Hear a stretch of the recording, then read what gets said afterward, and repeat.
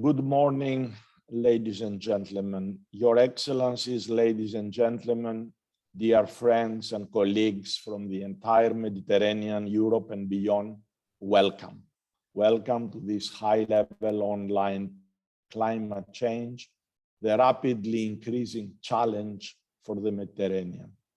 I'm Professor Michael Skoulos, Chairman of the Mediterranean Information Office for Environment, Culture and Sustainable Development, the major Mediterranean federation of 133 NGOs, among them the European Environment Bureau from the north, RIDE, the Arab Network for Environment Development from the south, and many, many more. This brings together all the civil society, NGOs, organizations, and working on environment, on sustainable development and culture, and is co-chaired also by Professor Mohamed Ftouhi from Morocco. Today, we have the honor and unique privilege to host this online event with a highly prestigious panel. Well, we are somewhat gender-wise unbalanced, but this reflects the realities of the region. We have the personalities, most of whom have already contributed to the special 78th edition of our General Sustainable Mediterranean. And this one is devoted to one of the most significant challenges, namely the climate change. The Mediterranean region is a great example where strong, particular and specific warnings related to climate change are already loud and clear. If the Mediterranean continues on the current path and pace, the natural safety net provided by ecosystem services and our social fabric will be weakened, perhaps to the extent that we will need to adapt to a scenario of collapse of everything that still provides us security. Our mobilization came in a very critical moment of the preparations of the first part of the 15th COP of Biodiversity in China and the Glasgow COP26 of the UN Framework Convention on Climate Change, as well as the regional COPs of Environment and Climate Change of the UFM and of the Barcelona Convention. This edition was meant as a stimulus to all parties, starting with the Mediterranean governments, the UN and EU institutions, the UFM, the League of Arab States, and all relevant IGOs, CSOs, and NGOs to come closer in formulating and sending a clear regional Mediterranean message on climate change, a message of urgency, unity, of efforts, and determination for progress and fight against difficulties and fatalism. The comments and inputs from our extended membership and all stakeholders were of great support. We are delighted and thankful that only 4 days ago, the heads of states and government of the Southern Mediterranean, Portugal, EU countries, in their two declarations issued, namely the overall political one and the specific Athens Declaration on Climate Change, responded virtually to nearly all the points raised by us in a very clear and positive way. The non-EU partners, despite many current difficulties in the region, demonstrate due attention, willingness, and preparedness to act as it becomes evident from their contributions in our edition. In fact, some of them are true leaders in the energy transition towards renewable sources. Allow me for 1 minute to remind you the rules of the event. Each panelist will have the floor for 3 minutes to address a question asked by me. We kindly ask all the panelists to respect as much as possible the time restriction, as time will be monitored by MIO team to respect the agenda event. During the event, we will feature some questions posed to the panelists.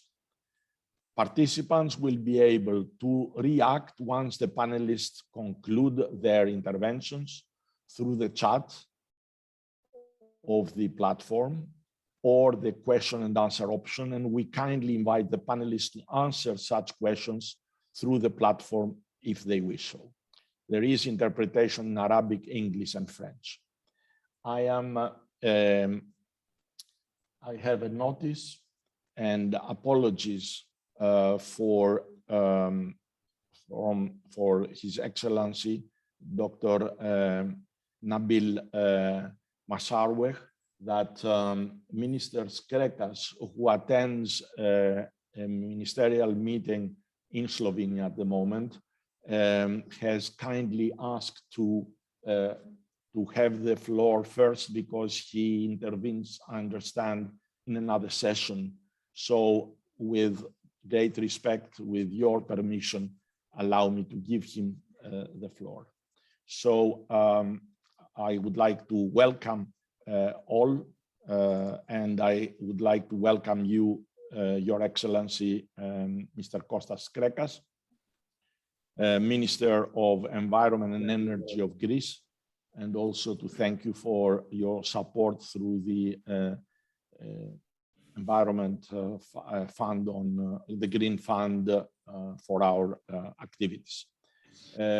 This past summer, Mr. Skrekas has shown in stark ways how urgently comprehensive climate action is needed in the Mediterranean. Greece, unfortunately, is only just one of the many Mediterranean countries that have been scorched actually by several wildfires amid severe and record heat waves in decades, while suffering flooding also and devastation.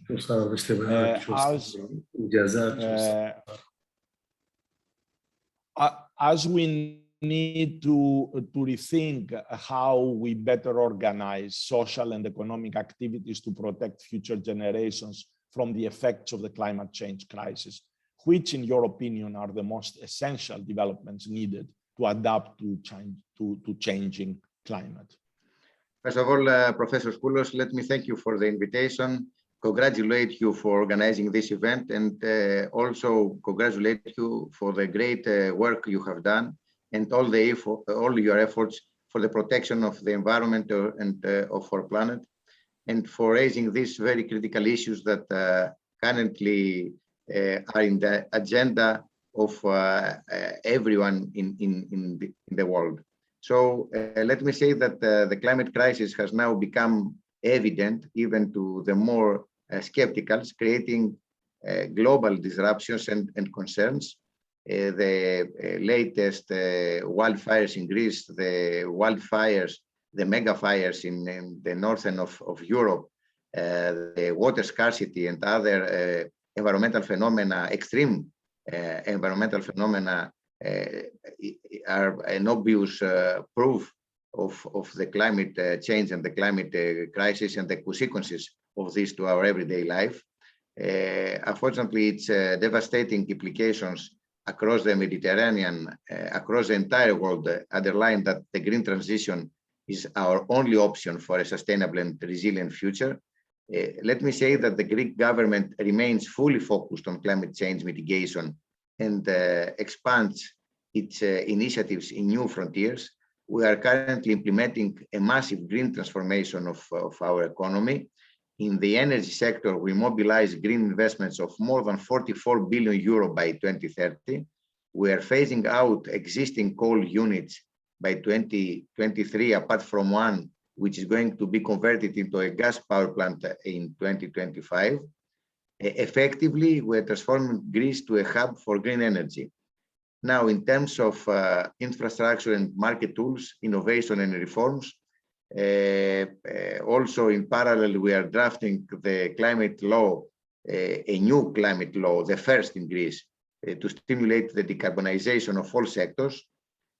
Also, safeguarding biodiversity is essential for this transition. Last Friday, over the UMED9 summit, our Prime Minister, Kyriakos Mitsotakis, laid the foundations for a European cooperation framework to effectively address the challenges arising in the protection of our forests and sea. The Athens Declaration is certainly a landmark for the mitigation of climate risks. The Mediterranean will be transformed to a model sea by 2030 via 19 coordinated actions. So I would like to emphasize a few of the crucial targets that we adopted for 2030. First, to protect 30% of our marine and coastal areas by applying concrete conservation measures. Second, to improve water quality by reducing plastic litter by 50% and microplastics by 30%. And third, to reduce overfishing by declaring 10% of our seas as no-take reserves. Overall, there are significant challenges in the green transition process at the global level. Our entire economies need to be restructured. Our companies need to be transformed. Our citizens, of course, need to adopt a green attitude, a change the current culture. In order so to accelerate this transformation, our government works at all levels.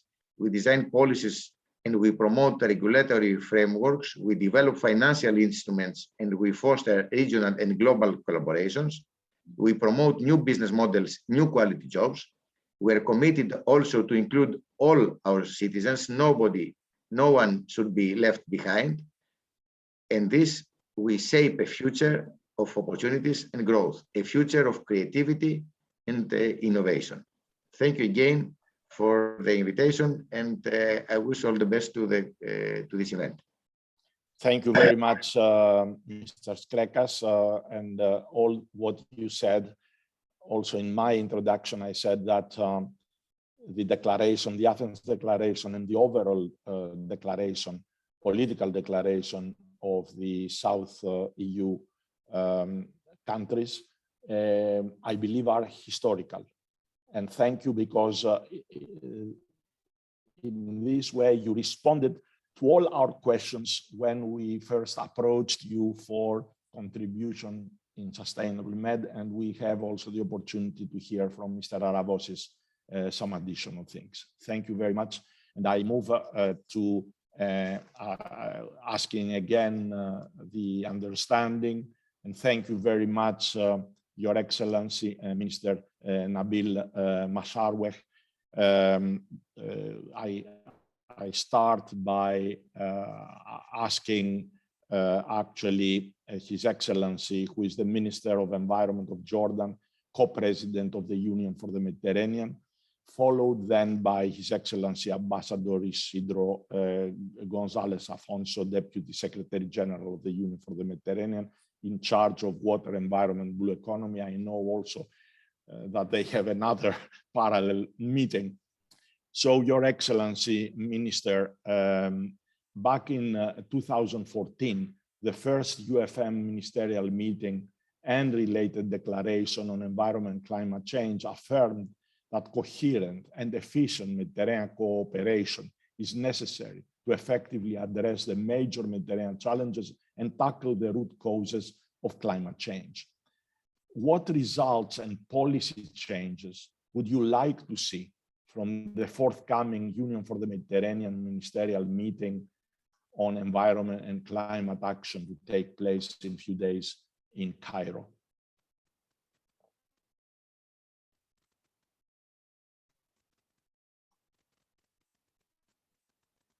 You are muted, Your Excellency.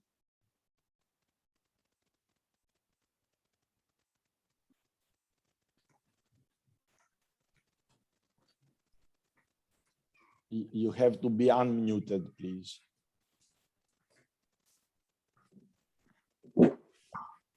No. Yes, it's okay. Good morning again, Mr. Chairman. Kalimera, buenos dias, bonjour, salamu alaikum, everybody. I cannot agree more with your statement, Mr. Chairman, and His Excellency the Minister. He just now finished his statement. It's indeed a pleasure and an honor to join you in this online panel discussion on climate change. We are working in a sense of urgency now. The Secretary General today, I think he will talk about the urgency of the climate change action. And we in Jordan, we are expecting a lot, especially it is on a ministerial level, and this represents the political will in this direction. The cooperation on environmental matters has long-standing tradition in the Mediterranean region. 15 years of cooperation started 2006 with the Cairo Euro-Mediterranean meeting and the launch of H2020 initiative for a cleaner Mediterranean. Since then, the Mediterranean went a long way forward up to date. 2014 marked a change with the approval of the first UFM Ministerial Declaration on Environment and Climate Change. The UFM countries have joined force to promote and pioneer a new proactive regional approach to environment, fully integrating the climate change dimension, integrating both adaptation and mitigation. The upcoming ministerial meeting and the new UFM Declaration on Environment and Climate Action mark a strong milestone in the efforts towards greener and more sustainable Mediterranean region. Thus, the option of bringing the voice of the Mediterranean at the global level through an ambitious, clear, and strong UFM declaration is in our hands. As UFM, we are making extra efforts to ensure that the region can benefit of equal opportunities, maintain a geographical balance, advance along together at any level from regional and to national and local, and support each other in a joint effort towards a new normality that nobody can reach on its own. The 2030 Green Met Agenda and the Climate Action Work Plan are important pillars of the 2020 Ministerial Declaration on Environment and Climate Action. The enhancement of the NDCs under the Paris Agreement remains an important goal.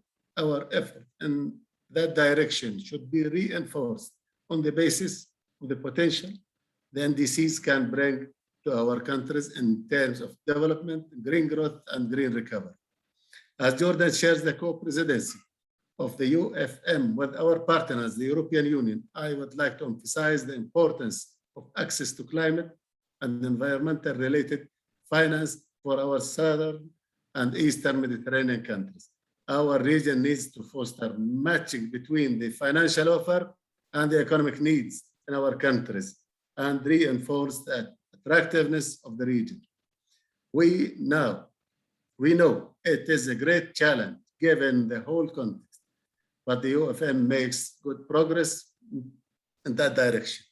And a clear, ambitious political declaration will help the mobilization of private and public funds for green, decarbonized investments at all levels, regional, sub-regional, national, and subnational. That can be one of our decisive contributions to the stability and sustainability of our region.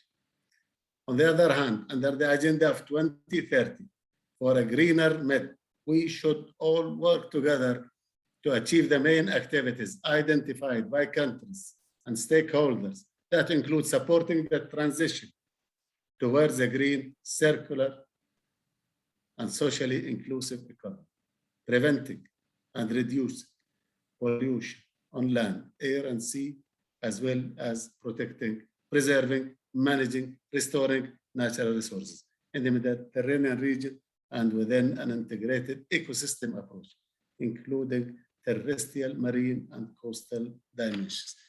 Thank you for listening, and I wish you all the success in this meeting and the meeting ahead. Thank you very much, Your Excellency. Thank you very much indeed. on the important issue of funding. Dr. Mahmoud Fathallah will take the floor also later on. Now let me turn to Mr. Isidro Gonzalez Afonso. Dear Isidro, as UFM Secretariat, what are your aspirations for the forthcoming UFM Ministerial meeting on environment, climate change, and the Greener Med 2030 agenda? And how much is this going to be either enhanced or inhibited by the results of COP23 or 26? Good morning, Michael. Good morning, honorable ministers and the rest of participants. We are approaching, as you said, and it has already advanced by the Minister of Jordan, this very important ministerial meeting in Cairo, the 4th of October, on environment and climate action. We think that it comes at a very timely moment, and it has to be linked, this ministerial, to the upcoming climate COP 26 in Glasgow, and also to the upcoming biodiversity COP, to the United Nations Decade for Restoration, to the United Nations Food System Summit, and of course also to the upcoming COP of the Barcelona Convention in Antalya in December. Climate change is an indisputable protagonist of all these agreements in this historical phase, and I'm very glad that the UFM, with its 42 member countries, will be also protagonists tackling climate change and environmental issues in Cairo, as I said. And our main goal in Egypt, in Cairo, will be to accelerate the shift towards a green circular economy as core action to fight climate change. Despite the fact that we are experiencing long live effects of climate change, we have seen dramatic fires in Greece and other countries in this summer. We have seen floods, deadly floods in Germany, other countries of Europe. The Mediterranean has been promoting a change of mindset, lifestyles and habits, pioneering a new modality of development. And we are becoming, in the Mediterranean region, a champion in approaching innovative, putting into practice innovative green tools, which have made of the region a fertile laboratory, as an example for other regions of the world. But anyway, in the way to the ministerial, it is important. It has been advanced also by the Minister of Jordan that we will officialize the Greener Med agenda that has been shaped as a tool for policy and operational coordination and convergence of donors funding around joint objectives. We have like 100 regional active projects supporting Greener Med, the Greener Med agenda, and more will be kicked off, especially within the European Union 2022-2027 programming. And international financial institutions are shaping new facilities. We're expecting the EBRD being next, maybe so to get involved. We are working very hard on wetlands, waste prevention, marine litter, food sector, etc., etc. Also, we are very much focused on climate finance. We have to mobilize the funding, coordinate it. This is what we do, especially at the Union for the Mediterranean. We are mobilizers, coordinators of funding in the Mediterranean, because we think we have to do things together. The Mediterranean region is not so doing that bad in that respect. 9% of the global flows of finance tackling climate change are coming to the Mediterranean region, which is a very respectable and very encouraging number. Let me finalize, to be brief and not to exceed my time, by saying that the Mediterranean as a hotspot of climate change has no other choice than to move forward in this mentioned and direction of coordination, working together. This is a matter of survival. We saw the latest news in August with a new IPCR report, and the situation is dramatic. It's getting very urgent. We are coming late already.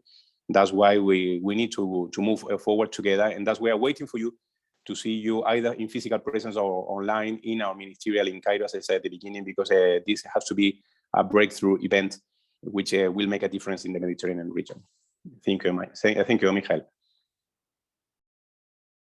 Thank you very much indeed. Thank you very much, Isidro. I think I convey the wishes for success in your ministerial. Definitely MIO is a constant supporter of your efforts.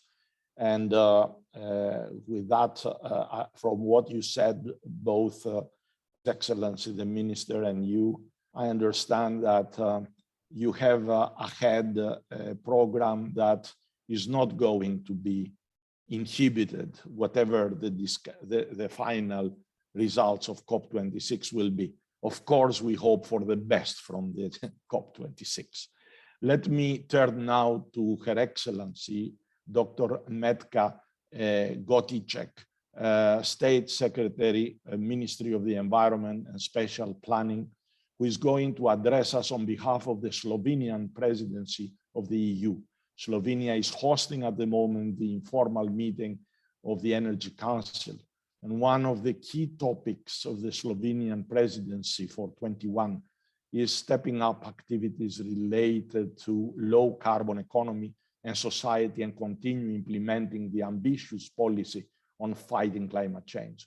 Priority will be given to the negotiations on legislative acts designed to achieve the new climate and energy target for 2030. So since Your Excellency, since the Mediterranean countries hold high potential for renewable energy, and within the context of the EU's new agenda for Mediterranean with the green transition, which is a key policy area of the agenda, will they be promoted by the Slovenian presidency, I'm sure? And if yes, how? So, dear ministers and all the other participants, it is my real pleasure to participate in today's event as Slovenia, a Mediterranean country, attaches great importance to the Mediterranean region, especially from the environment and marine perspective. The implementation of green economic policies, in particular in the post-pandemic recovery, is of great importance for the Mediterranean region to drive sustainable and inclusive socio-economic development. The latest EU steps to strengthen its strategic partnership with the regions in the new agenda for the Mediterranean, adopted in April this year, with specific emphasis on the green transition. In the Athens Declaration of September this year, the heads of states and government of the Southern European countries reconfirmed their determination to prioritize new and innovative renewable energy technologies, and in particular hydrogen and offshore renewable energy, to achieve green energy transition with affordable energy, security, and users. Diversifying the energy mix, it is also in the Act for Climate, which was accepted by the Council this year for climate change, is single, let's say, right of each country, and is essential to ensure energy security and minimize natural and man-made risks. Energy projects should aim at strengthening interconnectivity in the region, also with the other countries, and at contributing to decarbonization of the economics, peace, and geopolitical stability. This will contribute to water, flood, and energy security in the region as a whole. The main priorities of the Slovenian presidency in the field of energy will be to create a more sustainable EU energy sector, to facilitate a smooth, cost-effective, and just energy transition. To reach the new and more ambitious EU climate and energy targets by 2030 and climate neutrality by 2050, we need to design policies in a coherent manner, considering the benefits of circular economy in particular and energy efficiency.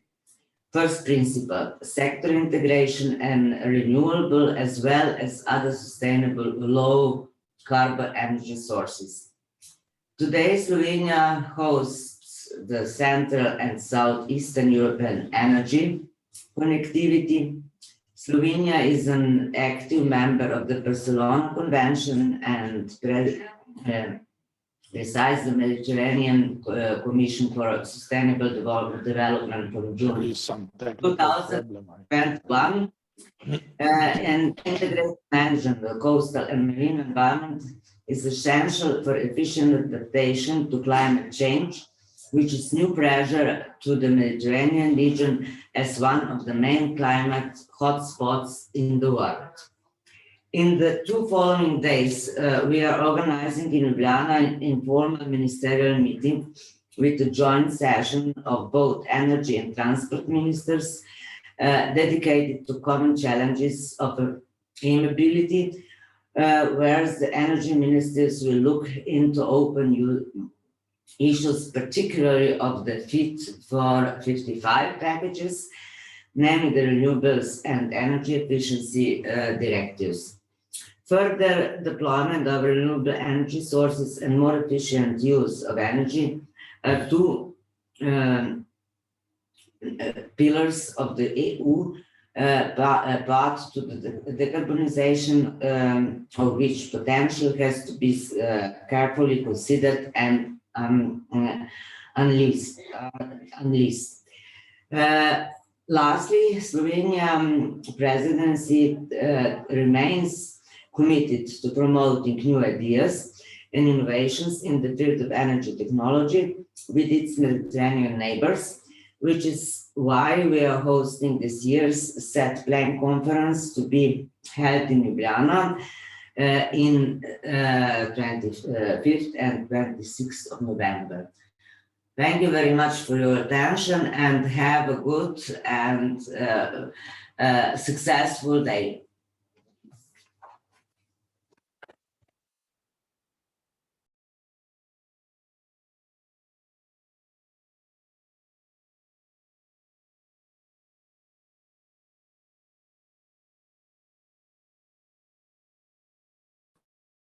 Thank you very much, Your Excellency, and I would like to thank very much Slovenia and my dear friend Mitja Bricelli, who is with you, for our collaboration also under the Mediterranean Commission of Sustainable Development that he chairs, and also for our work all together for the background for the participation of the citizens, as also Mr. Skrek has asked before, and all the previous. Thank you very much indeed. So now let me move to Mr. Razi. Let me welcome Mr. Buzek. Merci, merci professeur Skoulos. Climate Change, Donc, je vous remercie tout d'abord pour l'invitation du Maroc donc à cet événement fort important. Et donc, pour répondre à vos questions donc, concernant donc, les aspects de l'adaptation, donc before asking you, there is some.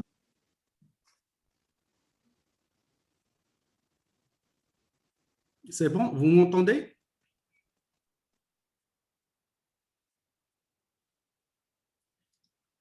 Est-ce que vous m'entendez?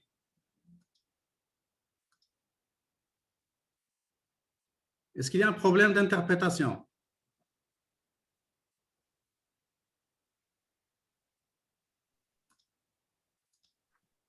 Mr. Razi, we can hear you very well. The interpretation is on spot. Thank you. Très bien. Donc, je peux continuer alors? Yes, of course. Thank you. Très bien. Donc, on s'excuse de cette...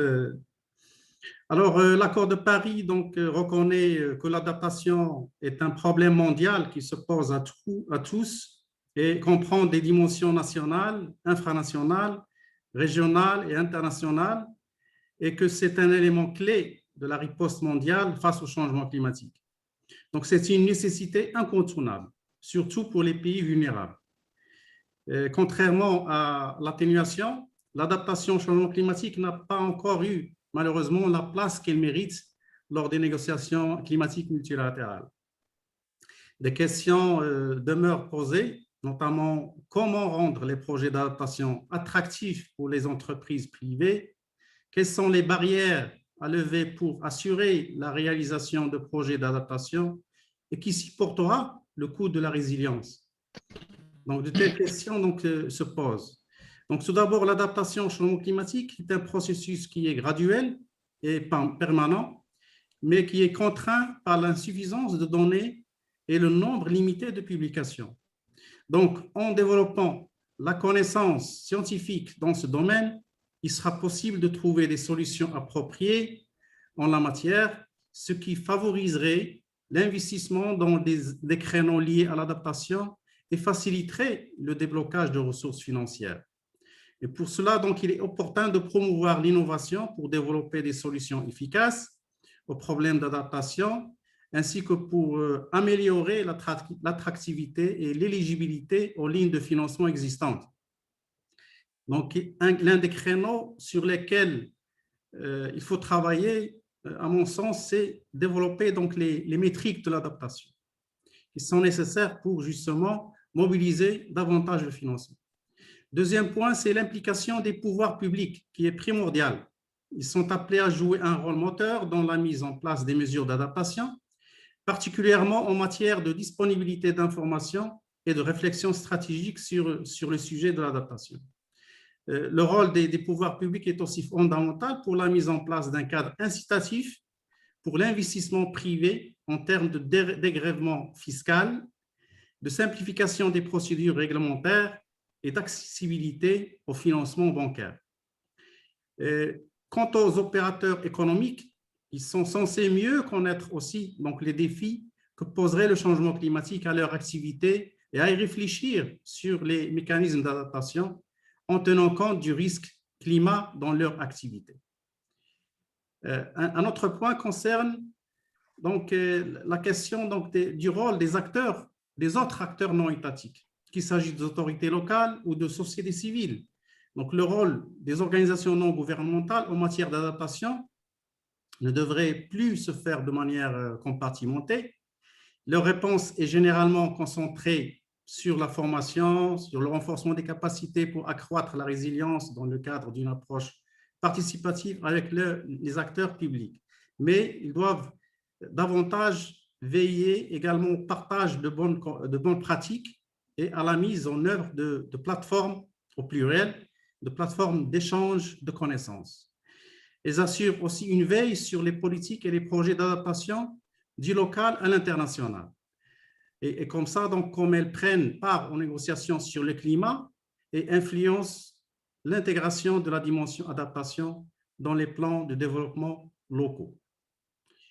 Enfin, la question spécifique de l'adaptation des pays les plus vulnérables nécessite aussi un nouveau système climatique international qui comporte des mécanismes de coopération et d'assistance pour les aider à faire face aux risques liés aux conséquences du réchauffement climatique. Et dans ce sens, donc, l'avancement, qu'on l'espère bien, dans les négociations à la COP26, en ce qui concerne l'article 6 de l'accord de Paris, profiterait au fonds d'adaptation à travers les contributions financières éventuelles qui seront issues des démarches concertées au titre de l'article 6.2 et aussi au titre du mécanisme multilatéral, c'est l'article 6.4 de l'accord de Paris.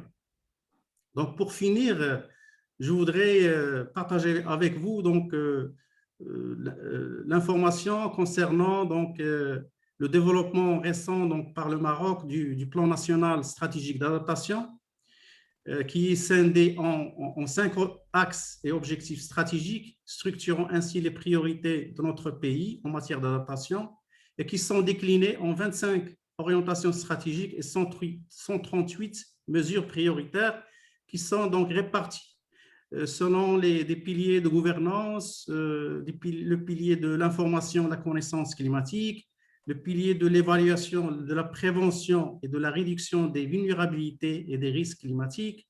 Un autre pilier concerne la résilience des ressources et des écosystèmes sensibles.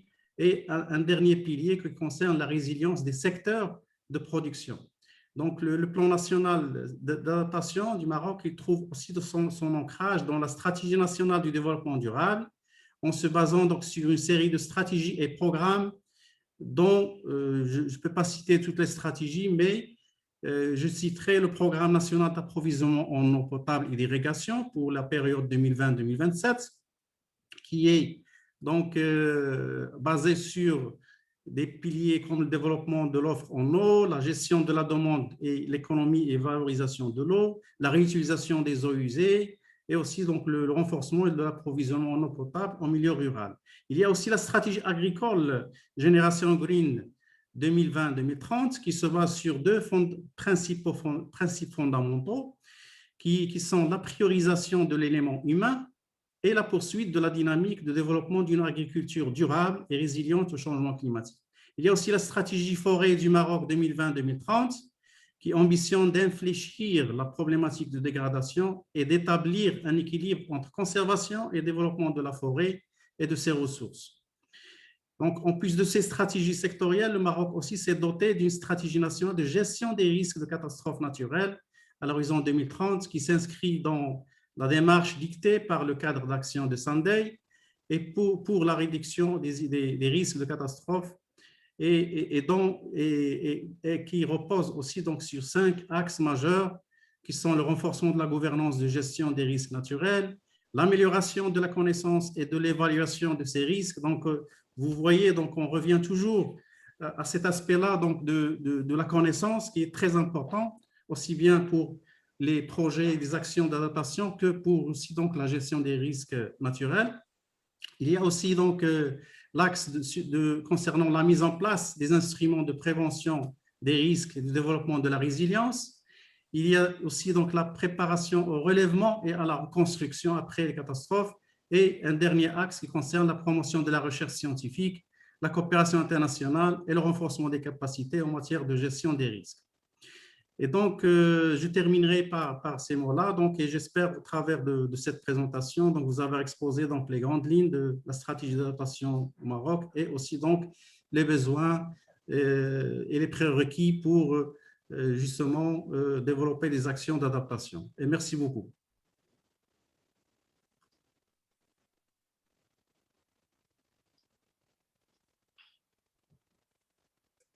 Thank you very much indeed, Mr. Razi. It is for your very comprehensive, actually, presentation.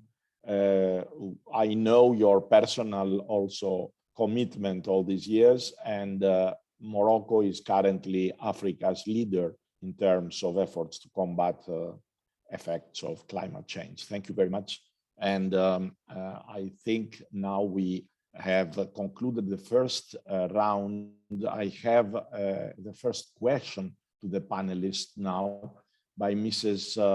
Hajjar Lichi, the president of the Mediterranean Youth Climate Network. I think she's based in Morocco. Mrs. Lichi, please take the floor. Thank you, distinguished panelists and your excellencies for the presentations and the main orientations, high-level orientation you presented. As the youth worldwide and in the Mediterranean demand for enhanced concrete actions toward a more just, equitable, and climate-resilient society, what, in your opinion, is the appropriate spirit to strengthen the capacity and provide opportunities for youth networks to participate more meaningfully in the achievement of climate change, adaptation, and mitigation actions? Thank you. Thank you for your question. Who is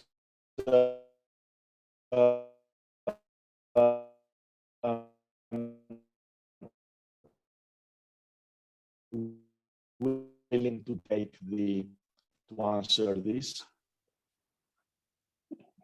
if I may, Michael, briefly, just thank you for the question. I'm willing to take this. Yes, well, I think we're losing you. Yes. Can you hear me, Michael?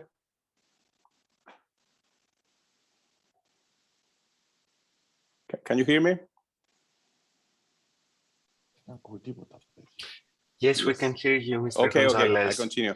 Yes, no, just briefly, thank you for the question. I take the, if I may, the honor of answering briefly. The main thing that youth can do is to make sure that in all education sectors, from the very early childhood till university included, climate change is fully explained to children, to youth, for you to raise awareness of the risk we are facing, and for you to understand the sacrifices that we need to do to optimize the use of energy, to change our way of consumption in order to respect environment and preserve the ecosystem, in order to try to reduce the impact of climate change. We need to divulge or to spread the word about this growing risk, which is not a future risk, it's a present risk, because we need to act, and we need you, the youth, to be the first to act, because you are the future, but you are also the present already. So this is what you have to do. Thank you.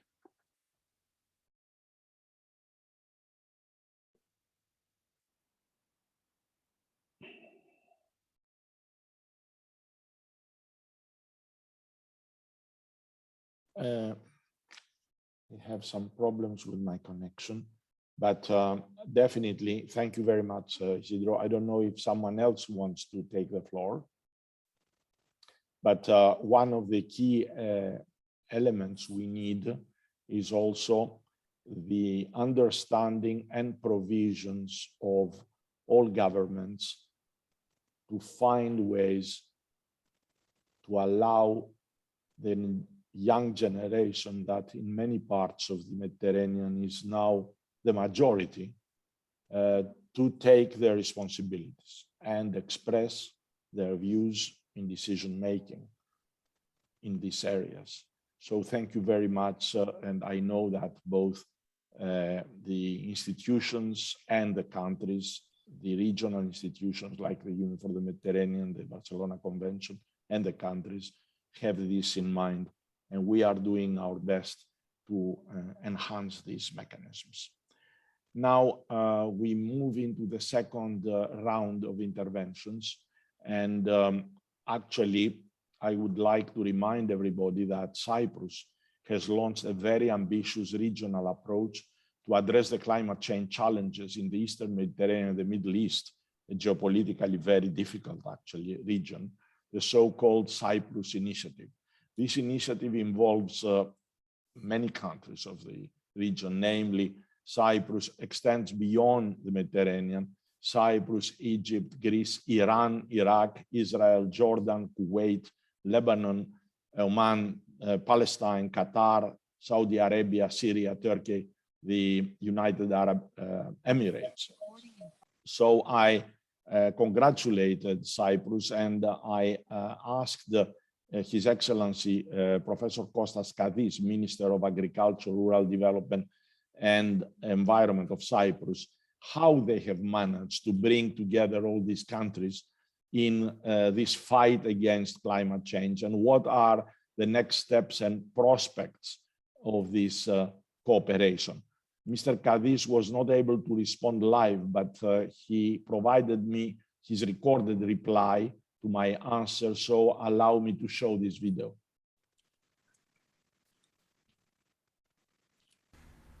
Dear colleagues, climate change is appropriately referred as the defining issue of our time.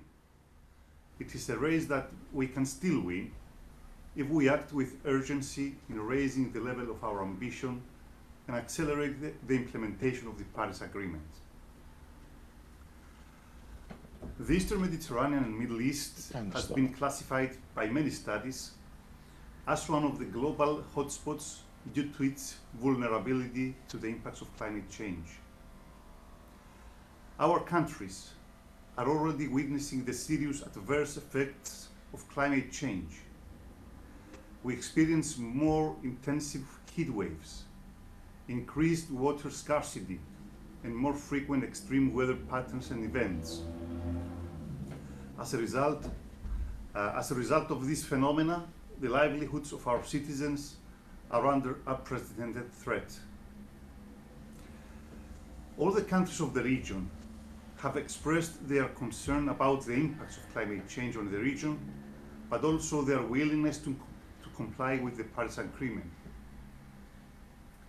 Recognizing the importance of regional cooperation for addressing climate change, Cyprus has launched an initiative which promotes coordination and cooperation among the countries of the Eastern Mediterranean and the Middle East. Through this initiative, Cyprus brings together distinguished scientists and policymakers who work together to develop solutions for our shared problems, solutions that will be scientifically sound, practical, achievable, and will have enduring benefits for our citizens. To achieve this objective, a detailed work program has been developed consisting of two distinct components, a scientific one and an intergovernmental component. Within the framework of the scientific component, 13 task forces have been established, which are currently engaging more than 220 distinguished scientists. The advanced findings of each task force, focusing on policies to be recommended to the policymakers, will be presented in the international conference entitled Climate Change in the Eastern Mediterranean and the Middle East, which will be organized in Cyprus on the 13th and 14th of October 2021. Based on the findings of the scientific community, the policymakers of the participating countries will develop an action plan consisting of appropriate and scientifically sound policies and measures for each of the scientific areas covering the respective task force. This action plan will be presented and discussed in a ministerial meeting to be organized in Cyprus on the 2nd and 3rd of February 2022. The final action plan will be approved by the leaders of the participating countries in a summit that will be organized in summer or autumn 2022.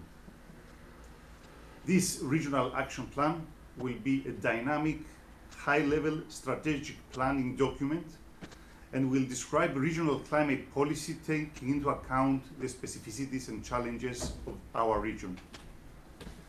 Dear colleagues, our vision is for our region to look to the future with optimism and to use the climate change not only as a challenge, but as an opportunity to proudly show the world what our countries can achieve when they work together.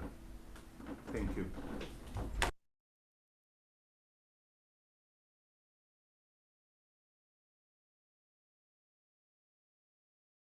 I thanked the minister for this very courageous initiative and the determination to work for a better future in the region. And I would like to mention in relation to what he said about the task forces that both Emma Dudley and myself follow and work very closely for the climate change education task force. And a very important document is prepared at the moment. Now, let me turn to Ms. Silvia Crisimbelni from the Climate Action, the European Commission, DG Climate. And I would like to thank her for being with us in the two declarations mentioned already, issued by heads of states and government of the South EU countries. We see with satisfaction the reconfirmation and strengthening of the commitment of the EU towards our southern neighborhood, including through the Green Deal. How do you think the Green Deal will impact the non-EU Mediterranean countries? Do you think that they are ready to follow? Is the renewed partnership with the southern neighborhood adequate to stimulate these countries to act in synergy? Your experience is valuable, and we would like very much to hear your views on that. Thank you very much, Professor and distinguished colleagues. It's really a pleasure to be here, part of this discussion. It is highly pertinent. Many initiatives have been mentioned. We are, as you said, working also hard in preparation of the Union for the Mediterranean Ministerial, which will represent an important moment to discuss all these topics. We are also preparing for COP26, and all what has been said so far is absolutely a topic of extreme relevance and importance for the EU. Now, coming to your question, the Green Deal is indeed a visionary policy and builds on the long-standing expertise of the EU in leading the way in the transition towards a climate-neutral economy. The EU has much to offer in terms of this experience with decoupling economic growth from resource use. We are proud to say that we are the living example that decarbonization works. We managed to have a decrease of emissions of about 24% in the last couple of decades, and our economy managed to grow at the 60%. Now, the Green Deal builds upon all this experience, achievement, and builds a vision for the future that is not only for Europe, because we cannot think about achieving the challenging goal like climate neutrality alone. We need to work with our partners.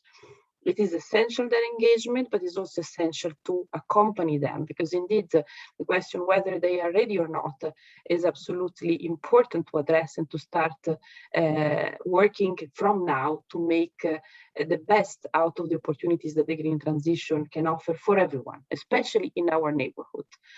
So the Green Deal is not only a blueprint for growth and a strategy for Europe, but is also an opportunity to engage more strategically with key partners, in particular in our neighborhood, to help it build back better and kickstart the green transition, avoiding that the stabilizing carbon walls are erected.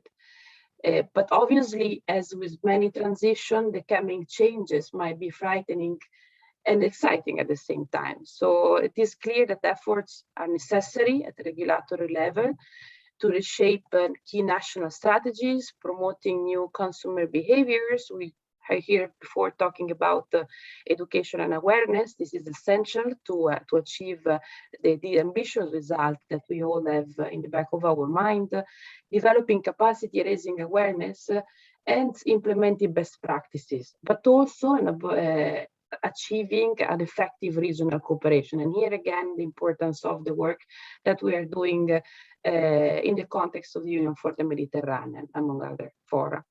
So there is no doubt in our views that all countries in the Mediterranean, North and South, and I'm Mediterranean as well, by the way, we all have a clear common interest in taking action now, because the impact of the climate crisis in the region is bad and is getting just worse. We heard that today, but also in many previous policy exchanges. The IPCC report is a wake-up call, but also because the green transition in Europe will open new tracks and opportunity for sustainable growth also in its neighborhood, also opportunities for enhanced resilience and improve security in the region. So there is enormous potential in our views in the southern neighborhoods, in our partners along the Mediterranean, to generate, for example, energy from solar and green hydrogen, to establish new sustainable growth models based on renewable energy. The green transition in Europe can certainly help materialize and consolidate this potential, turning into real investment opportunities that can boost growth and jobs. And here I I hear very loud the call for increased finance to access these opportunities. And this is something that the European Union is particularly engaged on. But for example, energy is just one of the areas where we see these opportunities. There is much more potential if you start also looking at the growing demand for green products and the opportunities that they can create in terms of investment in green technologies, products and services, or the development of integrated green value chains across the Mediterranean. So the new EU agenda for the Mediterranean and the 7 billion economic and investment plan will be certainly an important instrument to stimulate the economies of the region in this direction, including through flagship investments in energy transition, resource management, sustainable food system, and green growth and climate. But this is not and cannot be the only tool at our disposal to accompany our partners in such a challenging and ambitious transition to low emissions economy. We will combine climate diplomacy, financial assistance, measures to attract investments, and mechanisms to facilitate exchange of knowledge and expertise, including peer-to-peer, to boost green recovery policies and support the achievement of these ambitious and environmental climate targets in the Mediterranean. Our green partnership with Morocco, for example, is a clear example of this kind of overarching engagement where we join efforts to manage common challenges and opportunities. And I was very much in line with the points raised by the representative of Morocco earlier on in this discussion. The region, as I said, has an incredible amount of assets to lead the transition towards sustainability in the wake up of the COVID emergency. With the Green Deal and its external dimension, we are ready to accompany our partners in doing that. It is more important than ever to use the assets of the region well, turn the recovery from the pandemic into an opportunity to bounce forward instead of bouncing back. And this is, again, a message that we are trying to pass loud and clear through the Union for Mediterranean Ministerial Conference of the 4th of October in Cairo, but also in the framework of COP26. These will be important opportunities to maintain momentum on climate and environment agenda, boost green recovery policies in the Mediterranean, because time is passing and we cannot lose these opportunities to act now. Thank you. Thank you very much, Mrs. Kisimbeni, and for a very clear, very concrete, and a very optimistic approach. I think that with the support of the countries, of the region, of the EU, the Union for the Mediterranean, and also I can confirm the commitment of the civil society and the academia in supporting your work. We hope for a better future in the Mediterranean. And now, since we are talking about green, the overall Green Deal, I would like, it is a great pleasure for me to welcome Professor Konstantinos Aravosis, Secretary General for Natural Environment, Water, Ministry of the Environment and Energy of Greece. Welcome with us, Mr. Aravosis. And we know, Mr. Aravosis, that Greece, in order to achieve carbon neutrality by 2050 under the European Green Deal, has laid out an ambitious plan. Already the minister mentioned several of the elements that entails a decommissioning of all lignite power electricity plants by 2028, making actually the country a pioneer in this area for Balkans and perhaps the entire Mediterranean, where this mineral mainly plays a central role in the energy mix. So how optimistic are you, Mr. Aravosis, for the progress of this plan, and what lessons can Greece share with its Mediterranean neighbors for these bold steps towards decarbonization, decarbonizing the energy sector? Thank you dear Professor Skoulos, for the invitation to this important discussion on climate change. Dear colleagues, ladies and gentlemen, climate change is a critical issue that needs to be addressed urgently, especially in the Mediterranean basin, which has been identified as one of the two most vulnerable regions globally. And unless we take precautionary measures and change our development models in time, climate change will greatly, and in some cases irreversibly, affect natural ecosystems, the built environment, the economy, and human lives in general. Greece has in recent years dealt with a number of climate hazards, for example, extreme floods, prolonged heat waves, uncontrollable wildfires recently, and it recognizes the need for immediate action. In order to deal with these risks, Greece adopted an ambitious climate policy in line with the targets set by the UN SDGs, Agenda 2030, the Paris Agreement, and the EU Green Deal.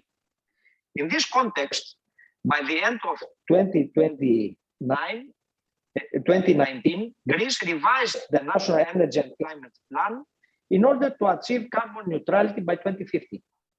The plan contains actions and a time frame for decommission, as you mentioned, of all lignite-powered electricity plants at the latest by 2028, with a parallel stimulus package for the just transition of the lignite-producing regions of the country. Intensive promotion also of renewables, with a target of at least 35% of renewable energy sources in gross final energy consumption, while for the share of renewable in electricity consumption, the target exceeds 60%. Also improving energy efficiency with a target of 38% reduction in final energy consumption by 2030 compared to consumption recorded in 2017. To succeed in this, the renovation rate of the building stock is foreseen to reach 12 to 15%. And also promotion of clean transport, electromobility is expected to reach a 30% share in new registrations of passenger vehicles by 2030. Interconnection of the Greek islands with the mainland electricity grid and operation of innovative storage systems in the non-interconnected islands. This will assist the optimal integration of renewable energy sources in the electricity network. It will also reduce charges and rates for consumers, and it will help to further reduce emissions while improving the security of supply. Moreover, Greece is implementing an ambitious integrated national climate change adaptation strategy through regional adaptation plans, and it has developed a monitoring and evaluation mechanism. Greece has raised climate ambition even more in recent months. At the EU level, Greece supported the European climate law, which sets a legally binding target of net zero greenhouse gas emissions by 2050, and also the new 2030 climate target of at least 55% reduction of net emissions of greenhouse gases as compared to 1990 at the EU level. In this context, Greece is currently reviewing the National Energy and Climate Plan in line with the new 2030 climate target and the draft Fit to 55 EU regulation. Furthermore, Greece is about to finalize the first draft Greek climate law.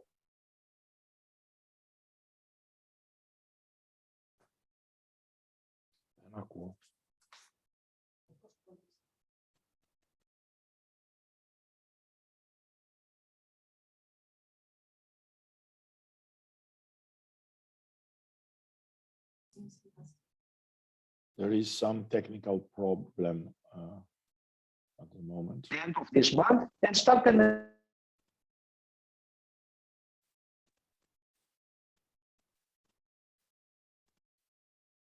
Μιλάει, αλλά δεν τον ακούω. He is muted. He is muted. Can you hear me? Now you are back, yes. Now, yes. Now, yes, thank you. I don't know when you lost me. I was mentioned that the last two sentences, the last sentence actually. Okay. I mentioned that these targets are very ambitious given the country's lower starting point related to the rest of EU. In order to reach these targets, the draft climate law introduces both for mitigation and adaptation to climate change, tools and mechanisms, governance structures, measures and procedures for informing and involving the public and financial resources and instruments. Greece is highly committed to the carbon neutrality targets, and for us, it is a one-way road. There are no alternatives. The cost of doing nothing is higher. For example, last year, the cost of floods in Greece was €500 million, and every crop ravaged by weather extremes could run into hundreds of millions in damages. Moreover, since late 2019, the country had reduced its greenhouse gases by 11 million tons by moving away from coal. This means we spent €270 million less at the European trading system for greenhouse gases allowances, so this amount will not be added to our energy bills. We should have in mind that the price of greenhouse gas allowances is rapidly increasing, and so industries need to redesign their products and processes, and individuals to review their purchase choices in order to minimize greenhouse gas production. The transition to a carbon neutral economy can be achieved by changing our development model and following a new sustainable, green, low carbon and circular resource efficient economic model.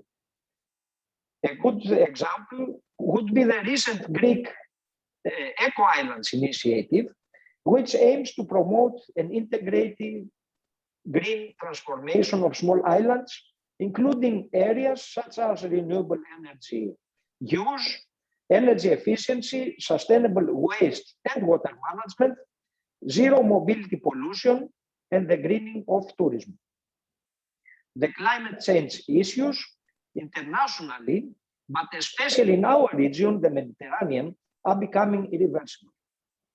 This should serve as an alarm for all of us, especially our governments. The 1.5 centigrade limit of the rise of the world temperature must not be exceeded. This requires bold change, ambitious policies, and innovative actions. Above all, however, the cooperation and synergy of all of us is required. Thank you very much. Thank you very much, Mr. Aravosis. Thank you for the Greek government and yourself for your efforts. Dear colleagues, we are late, a little bit late, but all what is said by all the important panelists are very crucial, very important, and I don't want to stop them. So please take that into account for your contributions in the rest of the meeting. It is my pleasure now to welcome Mr. Julien Letellier from the Mediterranean Action Plan of the United Nations Environment Programme, which provides the Secretariat of the Barcelona Convention and also of the Mediterranean Commission for Sustainable Development. Dear Julien, nature-based solutions for climate change are expected to figure very prominently in the UN FCC COP26. How prominently, of course, seems to depend on what will be agreed at the preceding COP15 on biological diversity in China. We have urged as MIO governments to be ambitious in their response on the southern EU countries. In their declaration actually is a very positive one. Could you share with us, Julien, in which ways UNEP-MAP program aligns with the climate change and biodiversity agendas, and how nature-based solutions to combat climate change are highlighted in your program of work? Excellencies, esteemed delegates, ladies and gentlemen, Professor Skoulos, thank you for this question. I will say first that our work in the Mediterranean is fully aligned with a global multilateral environmental agreement. The work of the Mediterranean Action Plan of UNEP constitutes a regional translation of global processes, including the UN Framework Convention on Climate Change and Biodiversity, which are also reflected in the 2030 Agenda and its Sustainable Development Goals adopted by all UN member states in 2015. Our Mediterranean region is on a collision course with nature, with the triple environmental crisis of pollution, loss of biodiversity, and climate change, as demonstrated by recent regional assessment studies conducted by UNEP-MAP and by the Mediterranean Expert on Climate and Environmental Change, MEDEC. Making peace with nature and promoting a green recovery from the COVID-19 crisis should be achieved by building back better socioeconomic system to put the region on a path of sustainability and resilience. Greater compliance with and enforcement of the Barcelona Convention and its protocols are the best chance to rescue the Mediterranean Sea and its coastal region for the benefit of our societies and economies. So regarding biodiversity, the Barcelona Convention protocol concerning specially protected areas and biological diversity, the SPA-BD protocol, is the region's main instrument for the implementation of the UNCBD. Our Regional Activity Center for Specially Protected Areas, SPARAC, which is located in Tunis, assists Mediterranean countries in implementing this protocol. And at their COP22, due to take place in December this year in Antalya, Turkey, the contracting parties to the Barcelona Convention will adopt two important strategies. First of all, the post-2020 Strategic Action Program for the Conservation of Biodiversity, post-2020 SAP-BIO. It proposed a vision for 2050 that is consistent with the draft Global Biodiversity Framework, and it's also identified 2030 as a closer milestone. The post-2020 SAP-BIO encompasses existing plans and strategy, and it will not burden Mediterranean countries with a new layer of obligation. It also leaves room for adjustment to conditions inherent to specific sub-regional and national context. Secondly, we have developed the post-2020 regional strategy for marine and coastal protected areas with two very important targets. Target 1, by 2030, at least 30% of the Mediterranean Sea is protected and conserved.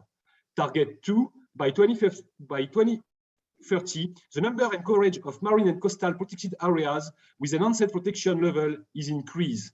In fact, MPAs, marine protected areas, will serve as nature-based solution to the crisis of biodiversity. But for that to happen, there is a crucial prerequisite, which is an inclusive approach. Partnerships are essential because we are all in this together. Government, citizens, and the private sector all have a role to play. We need all hands on deck. Now, regarding climate change, science has spoken. According to MEDEC, climate is already changing at a faster rate in the Mediterranean basin compared to global trends. And we have important map, instrument, and policy which address climate change, such as the Protocol on Integrated Coastal Zone Management, a legally binding instrument for coastal protection, including through the reduction of the impact of climate change. We have also one of the 6 objectives of the Mediterranean Strategy for Sustainable Development, which addresses climate change as a priority issue in the Mediterranean. This Mediterranean strategy is complemented by the Regional Climate Change Adaptation Framework for Marine and Coastal Areas as an operational framework for adaptation. And let me also mention that in June 2020, UNEP-MAP and GEF launched the MED program, and several adaptation-related projects are implemented by our Regional Activity Center to boost coastal resilience. Last but not least, the new medium-term strategy program toward the climate-resilient Mediterranean directly contributes to global and regional objectives and targets, including the SDGs and the Paris Agreement. We have the necessary tools to protect our environment. However, we are running out of time. UNEP-MAP provides a legal instrument and implementation framework that enable nature-based solutions. For instance, marine protected areas are recognized as provider of nature-based solution by providing a range of ecosystem services that increase the ecological, social, and economic resilience of coastal communities. The contracting parties to the Barcelona Convention have also established a growing network of specially protected areas of Mediterranean importance, SPAMIs, that represent a model for other MPAs while demonstrating how the efficient management of a marine protected area could lead to a range of benefits to societies and economy. Our work in this field was presented at the recent IUCN World Conservation Congress and will feed into the forthcoming conferences of UNCBD and UNFCCC. To conclude, climate change and biodiversity loss are interconnected, but in practice, they are largely addressed in their own domains. Climate change and loss of biodiversity go hand in hand and must be addressed jointly, as recommended once again by a recent IPBES report. Thank you very much for your attention. Thank you very much. I believe that the contribution of the Barcelona Convention is essential here. Let me just mention that MIO also for this summer and autumn will organize again together with UNESCO the summer hybrid university on biosphere reserves and other protected areas, contributing actually to the same aims. Let me now, with great respect and pleasure, welcome Dr. Mahmoud Fathallah, Director of the Department of Environment and Meteorological Affairs at the economic sector of the League of Arab States, major organization with whom we have very close working relationship. Essential of the UNFCCC is climate finance. It was mentioned by the representatives of Morocco and others before, which seeks to support mitigation and adaptation actions that will address climate change. In this context, an all-inclusive Arab states climate finance and access strategy is being developed in collaboration with the Arab states. Let me first congratulate you and kindly ask you to share with us how this initiative will employ country-driven approaches to develop a regional climate finance mobilization, particularly for adaptation projects with mitigation co-benefits. How optimistic are you for its success, and what lessons from this project can be shared with you, with your Mediterranean neighboring countries? Good morning, ladies and gentlemen. Thank you for inviting me to this very important discussion. As I am representing the League of Arab States, so let me talk in Arabic. جامعة الدول العربية يعني تهتم بشكل كبير بمسألة القضايا الخاصة بالclimate change، التغير المناخ، وبشكل خاص نحن لدينا يعني المجلس الوزاري العربي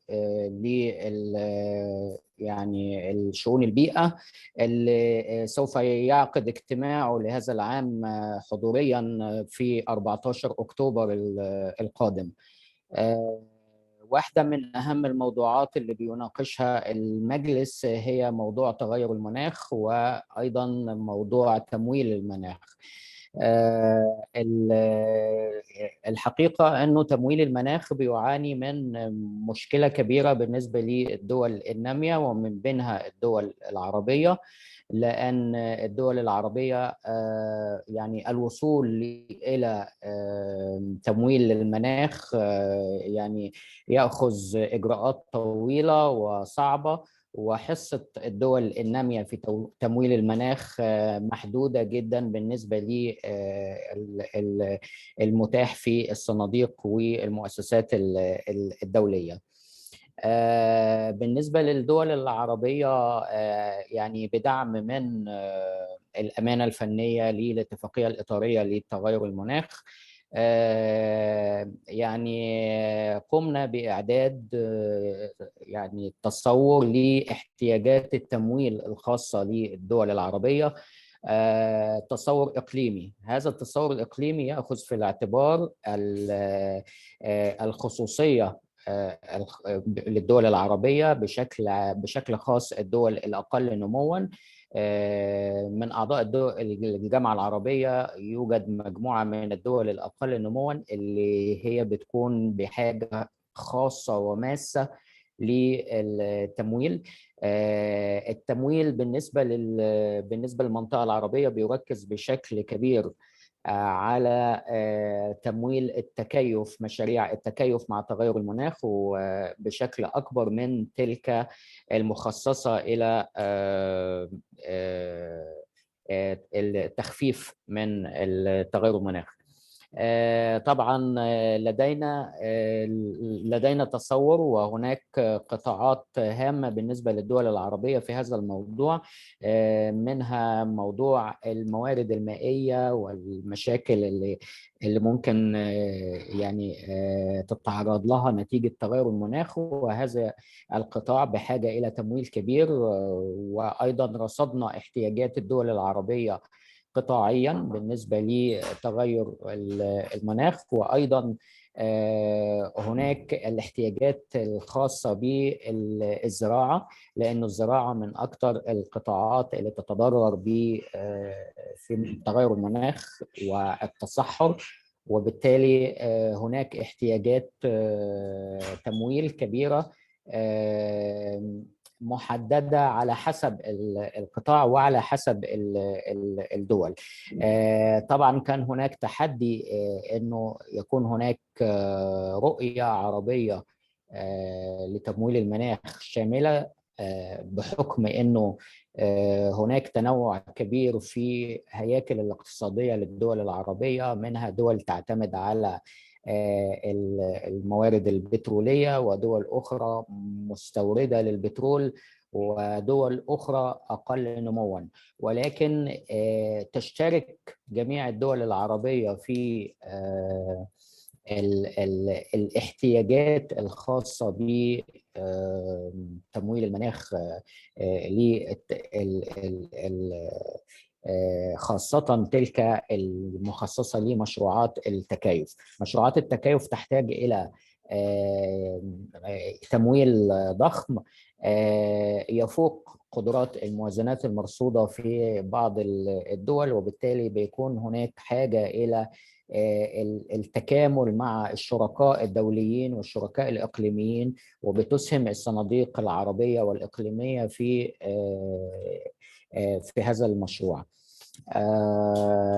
طبعا يعني هناك تباين ما بين الدول العربية في فكرة الأدوات المستخدمة لتمويل المناخ. بعض الدول العربية بدأت في إصدار الصكوك الخضراء، وبعض الدول العربية تمكنت من الحصول على التمويل لمشروعات التكيف. ولكن بشكل عام احنا لدينا يعني رؤية يتم صياغتها حاليا في استراتيجية خاصة بالتمويل، وهذه الاستراتيجية سوف يتم عرضها على المجلس الخاص بالبيئة، مجلس الوزاري الخاص بالبيئة، لبلورة الاستراتيجية بشكلها النهائي، حتى تكون يعني تدخل في حيز التطبيق في إطار يعني في إطار يتفق مع الاستراتيجية العربية للتعامل مع قضايا تغير المناخ، وأيضا البرنامج اللي وضعوه الدول العربية التعامل مع قضايا تغير المناخ في الفترة من 2010 وحتى 2020 وجاري تحديثه حاليا. كافة المشاريع اللي بتقوم الدول العربية بإعدادها بيتم التعامل معها بأخذ الخصوصيات الخاصة بالاحتياجات في الدول العربية. نحن نفتح يعني الباب للتعاون مع كافة الشركاء الدوليين والإقليميين من يعني المنظمات والصناديق لدعم الدول العربية، سواء بالدعم الفني من ناحية التدريب ومن ناحية يعني بناء القدرات، وأيضا تمويل المشروعات اللي هي خاصة بنقل التكنولوجيا ويعني المشاريع الخاصة في مجال التكيف بشكل مركز. أكتفي بهذا القدر وشكرا جزيلا لهذه الفرصة.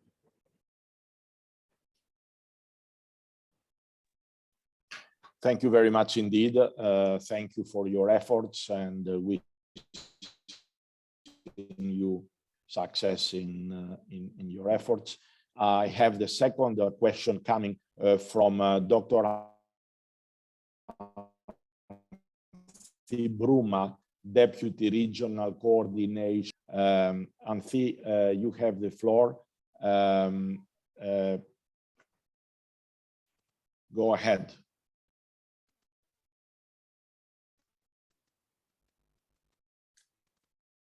Yes, thank you. Let me switch on the camera and also unmute myself properly. The connection is a little bit funny, so please bear with me. Thank you very much, Professor Skoulos, and thank you for this great opportunity. It is a pleasure to be with you today. As GWP Med, you know that we are an action network. So we are particularly happy with the context and the discussions. And from our side, we would like to warmly thank the esteemed panelists for their most valuable insights and reflections. We would also like to take this opportunity and address all the previous speakers with the following question. We all know what climate change means for water: less availability, lower quality, more extreme phenomena, and higher risks for livelihoods and economic development. We also know that financing of water projects is considerably more difficult than energy, transport, or telecommunication projects, for example. Many of the solutions to the water challenges of many Mediterranean countries lie outside of water itself, requiring a more innovative, comprehensive, integrated, and multidisciplinary lens. Having said that, let us ask you your opinion on how we can effectively address this issue. Thank you, Anthi. I don't know who is willing to take this to answer to this question.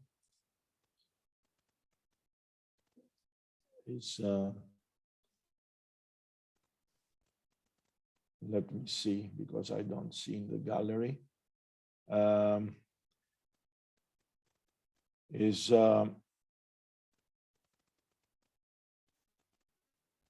Mr. Aravosis with us? Apparently. If I may, Michael, say a few words. Yes, please. Yes, Julien is speaking from UNEP-MAP Athens. I will be very brief because it's a very important but also a very big question that could take time to reply in details. Just a few words to mention this so-called climate change, water, energy, ecosystem nexus. Probably that the good reply, the good response to this important question is based on this nexus that could be addressed both from the scientific perspective, and that is the case for MEDEC, who has now launched some thematic report after having published this Mediterranean Assessment Report on Climate and Environmental Change, and that can be also addressed through the policy perspective and implementation, of course. I cannot say more in a few words. Thank you for that. Thank you, Julien. Thank you very much. Anthi, you know that is a huge issue. We have tried to work on that, and we will continue. It is important that you raise this question for everybody to remember that adaptation to a large extent is water, and water funding water projects is indeed by far more difficult than at the moment than all other projects, energy, transport, and the rest, as you said.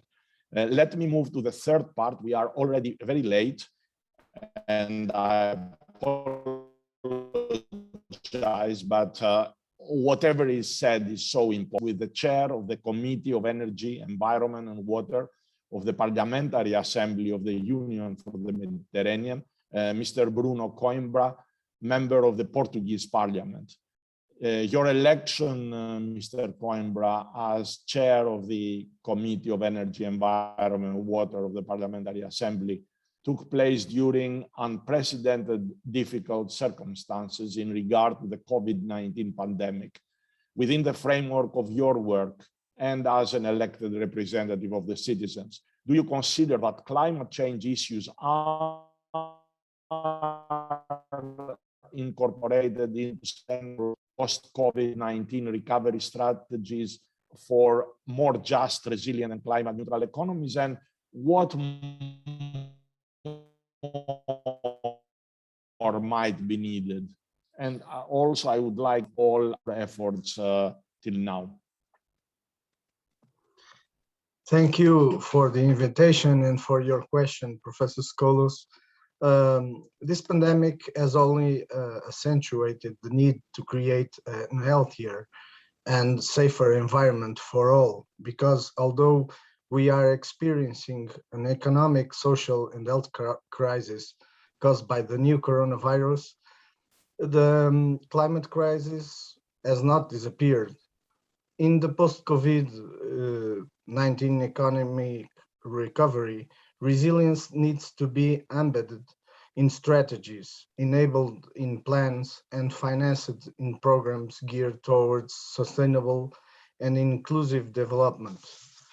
Economic, social, and health recovery requires transitioning to a new climatically sustainable economic model, embracing circular economy, encouraging renewable energy, prioritizing investment in environmental goods and services, creating green jobs, and adapting to climate change, including the strategic option for a recovery model based on investment in combating and adapting to climate change. In the recovery from the crisis caused by COVID-19 is therefore a central and decisive challenge to overcome the challenges we face. It is not by chance that the Recovery and Resilience Facility and the central piece of the European Recovery Program Next Generation EU is a recovery tool that will help repair the economic and social damage caused by the pandemic, but also relaunch Europe for the future with objectives that are fully aligned with the need to ensure an inclusive and sustainable recovery that promotes green and digital transitions. The national recovery and resilience plans assume an investment of 37% of the funds in climate transition and 20% in digital transition. Thus, resilience in the vision of European countries will be based on 6 pillars, namely green transition, digital transformation, smart, sustainable, and inclusive growth, social and territorial cohesion, health and economic, social, and institutional resilience, and policies for the next generation, such as education and skills. Hence, overall, yes, I have to agree that climate change and the response to it are embedded not only in the words, but also in the financing choices of post-COVID recovery strategies, at least in Europe, to achieve carbon neutral more just and resilient economies. However, this is also the moment for us to be able to deliver on the plans, bringing resources to the economy, business, and citizens, delivering the answers people want. And I hope governments will be able to do so. We are well aware that the current pandemic emergency is worsening the fragile social and economic situation in many Mediterranean countries. Real and resilient resumption after COVID-19 requires, in addition to delivering effective responses to immediate health, economic, and environmental priorities, effective and coordination and cooperation between all countries.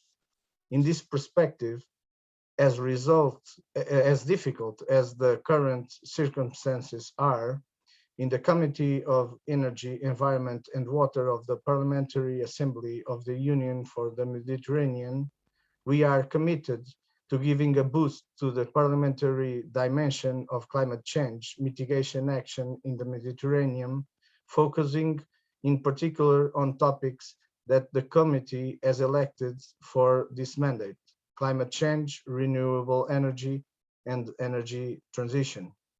Thank you. Thank you very much indeed. It is so important to work with parliaments. We'll come back also later on to Professor ECSDE in a little while. Meanwhile, let me welcome Professor Wolfgang Kramer, who is the MIO-ECSDE coordinator and research director at the Mediterranean Institute for Biodiversity and Ecology of CNRS. The work of intergovernmental panel on climate change has inspired actually the network of Mediterranean experts on climate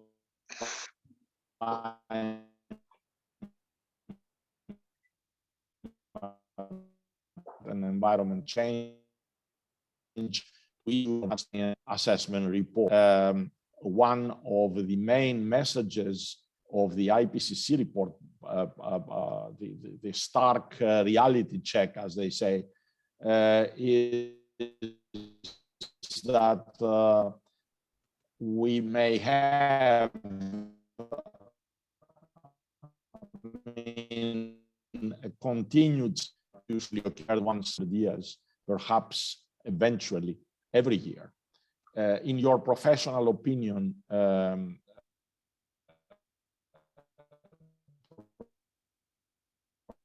Professor Kramer, steps.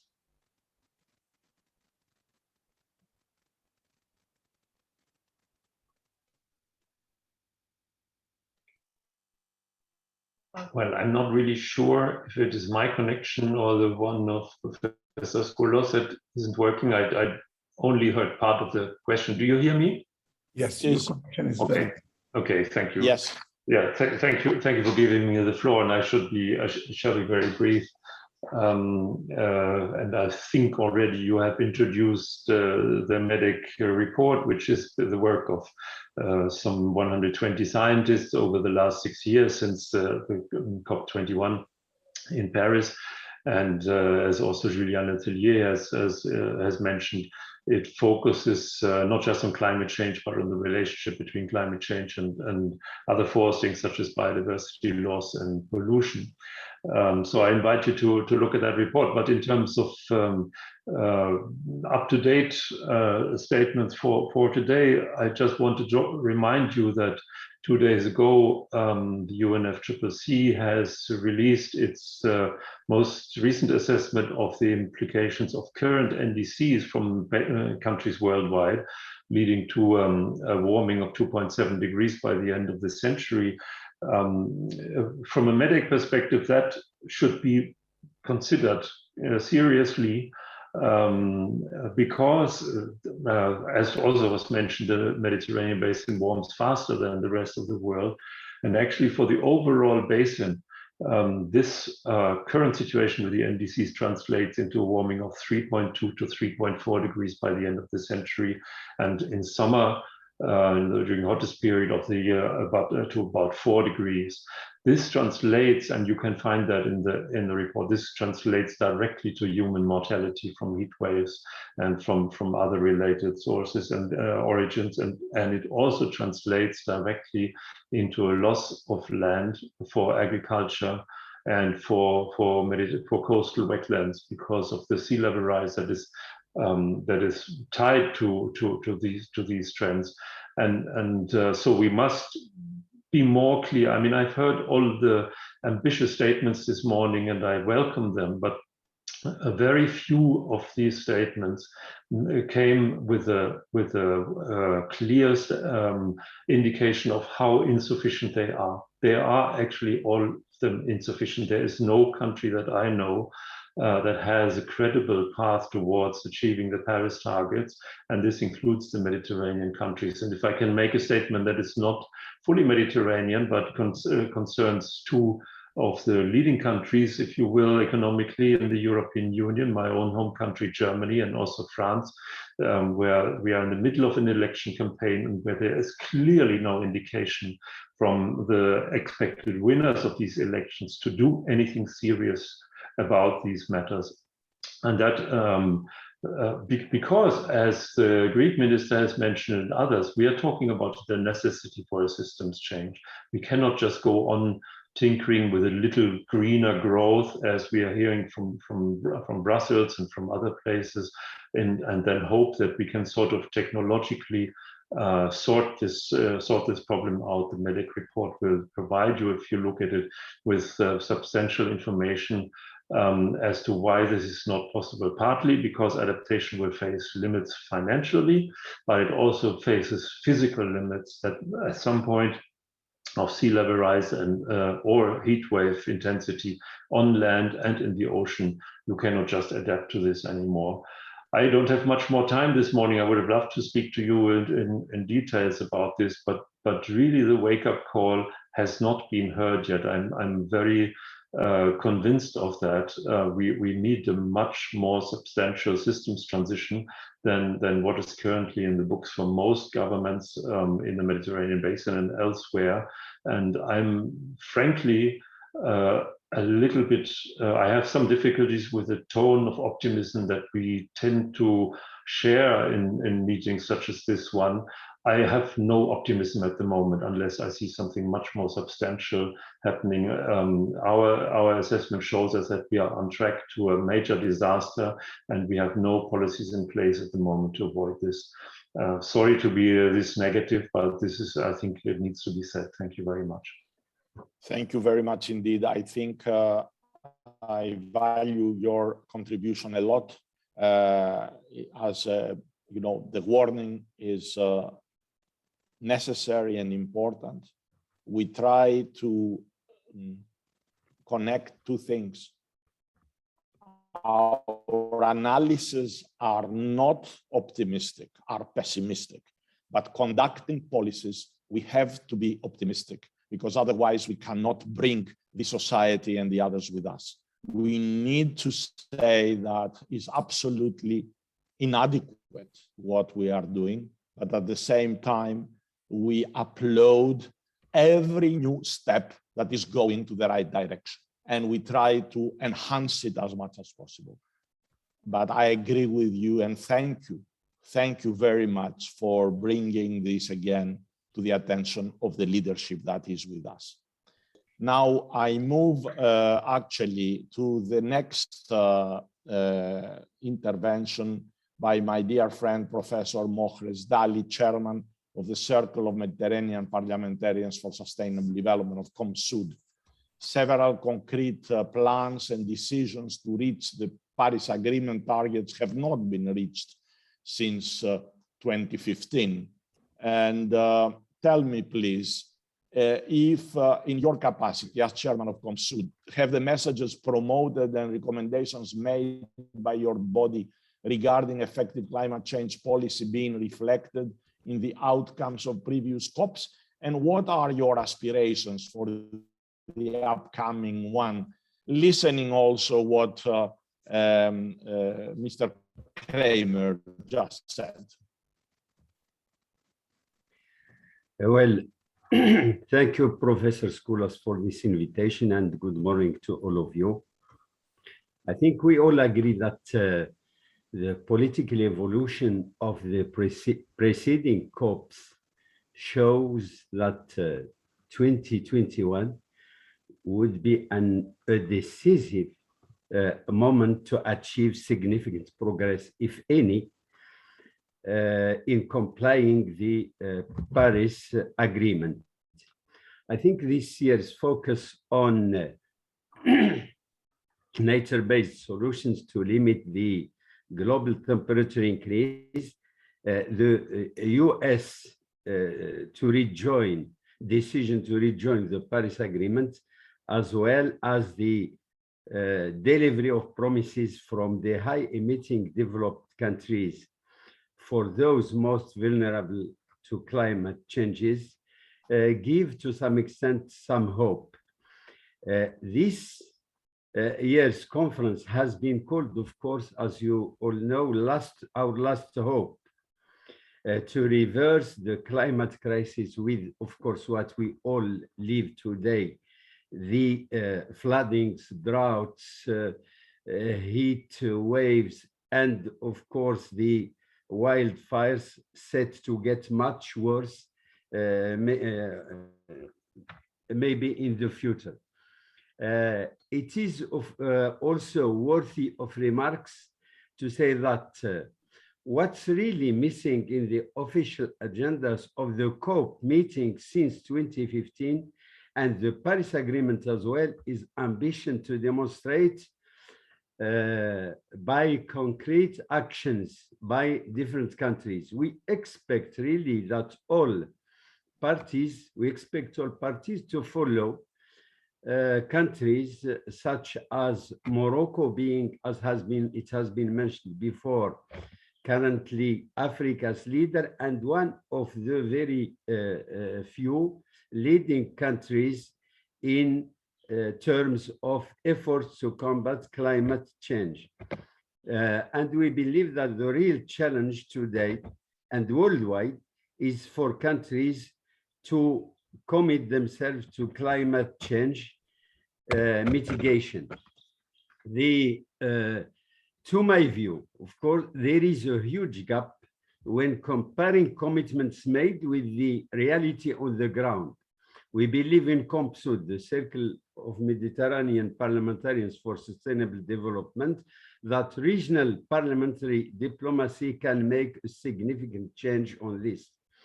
And that is by advancing international thinking on climate change and by promoting openness and dialogue.